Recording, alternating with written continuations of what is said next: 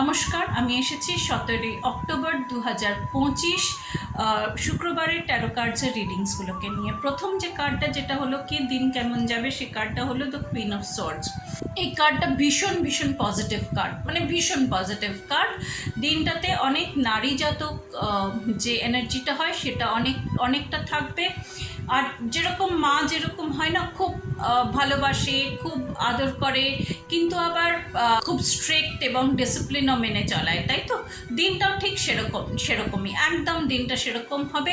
খুব ডিসিপ্লিন মেনে চলতে হবে, সোজা রাস্তায় চলতে হবে, খুব একদম মানে এদিক ওদিক এরকম ঢিলা ঢালা একদম চলবে না, একদম ইরেক্ট হয়ে দিনটাকে কাটাতে হবে। দিনটা মনটাকে খুব পরিষ্কার রাখবে, খুব খোলা রাখবে মনটাকে। যদি দেখেন যে মনটা একদম একটুখানি বন্ধ হয়ে আসছে, তাহলে একটু মেডিটেশন করবেন, একটু অ্যাফার্মেশনস দেবেন, যাতে করে জিনিসটা ওই খোলা জিনিসটা আপনার উপরে যাতে এফেক্টটা ফেলে।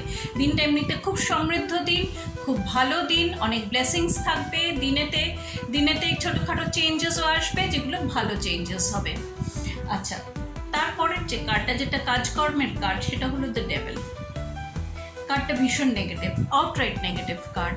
মানে এটা জানুন, এটা আজকে 3 নম্বর দিন যেদিন নাকি কার্ড খারাপ এসেছে কাজকর্মের দিক দিয়ে। তো এটুকু জানুন যে কাজকর্মের দিকে কিছু একটা খারাপ চলছে, ঠিক আছে? তো এটাকে মাথায় রেখে একদম নিয়মকানুন মেনে চলুন। আপনাদের বসেরা যা বলছে, অফিস যা বলে, যা নিয়মকানুন বলে, একদম সেই নিয়মকানুনের দায়রার মধ্যে থেকে কাজ করুন। বসেরা যা বলছে তাই শুনুন। যদি কোনো অসুবিধা থেকে থাকে, বসেদের কাছে গিয়ে বলুন আমার এই প্রবলেমটা হয়েছে, কি করব। একদম যদি দেখেন যে তারাই গন্ডগোল পাকাচ্ছে, তো মাথাটা নিচু করে থাকুন কিছুদিন। একদম নিয়ম কানুন মেনে ওই গণ্ডির মধ্যে যা কিছু করার সে কিছু করুন। একদম এদিক ওদিকে যাবেন না, ঠিক আছে? আচ্ছা, আর দিনটা যতটা পজিটিভ, এটাকে সঙ্গে করে নিয়ে যাবে।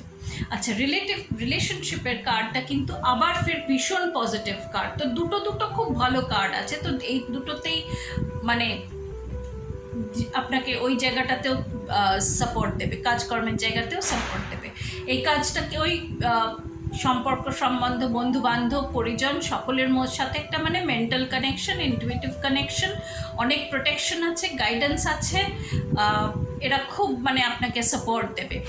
তো দিনটাতে শুধু আপনাকে খুব সোজা থাকতে হবে, খুব অনেস্ট থাকতে হবে, খুব লয়াল থাকতে হবে। অনেক ব্লেসিংস রইল। আসছে রিডিংয়ে আবার দেখা হবে।